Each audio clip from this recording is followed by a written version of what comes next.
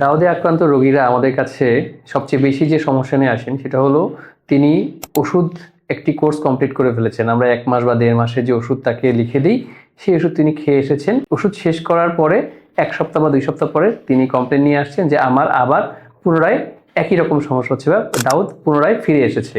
এক্ষেত্রে আমরা কি করতে পারি? আসলে দাউদের ওষুধের ক্ষেত্রে কোর্স বলতে নির্দিষ্ট কোনো সময়সীমা আমরা এখন আর বেঁধে দেই না। একটা সময় দেখা যেত যে 2 সপ্তাহ বা 3 সপ্তাহ ওষুধ খেলেই তার রোগ নির্মূল হয়ে যেত।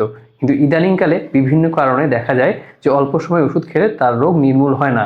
এই জন্য দাউদের ওষুধের ক্ষেত্রে আমরা 1 মাস বা 1.5 মাসের নির্দিষ্ট কোর্সের কথা বলি না। রোগী 1 মাস বা 1.5 মাস ওষুধ সেবনের পরে পুনরায় ডাক্তারের কাছে আসবে। ডাক্তার তার রোগের অবস্থা বুঝে পুনরায় যদি ওষুধ সেবন করতে হয় তাকে বলবে। এভাবে রোগী কখন ওষুধ বন্ধ করবে বা কোন ওষুধ খাবে ডাক্তারের পরামর্শ সহকারে তিনি সেই ওষুধ চালিয়ে যাবেন। ওষুধ যদি সম্পূর্ণভাবে বন্ধ করতে হয় অবশ্যই ডাক্তারের পরামর্শ নিয়ে বন্ধ করবেন। আরেকটি গুরুত্বপূর্ণ বিষয় হলো দাউদ হলে আমরা বিভিন্ন ধরনের মলম বা ক্রিম দোকান থেকে নিয়ে ব্যবহার করি। এই মলম বা ক্রিমগুলো ব্যবহারের ফলে কিন্তু দাউদের জন্য যে নির্দিষ্ট ওষুধ এগুলো সঠিকভাবে কাজ করতে পারে না, ফলে দাউদের ওষুধ নির্দিষ্ট সময়সীমার চেয়ে আরো বেশি পরিমাণে খেতে হয়। এই জন্য দাউদে আক্রান্ত রোগীদের প্রতি আমার বিশেষ অনুরোধ থাকবে, আপনারা দাউদে আক্রান্ত হয়েছেন বলে মনে হলে আগেই যে কোনো রকম ক্রিম ব্যবহার করবেন না। আগে চিকিৎসকের পরামর্শ নিন, তারপরে আপনার প্রয়োজনীয় ওষুধ শুরু করুন এবং ওষুধ বন্ধ করার পূর্বে অবশ্যই আপনার চিকিৎসকের পরামর্শ নিন কখন আপনি ওষুধ বন্ধ করবেন।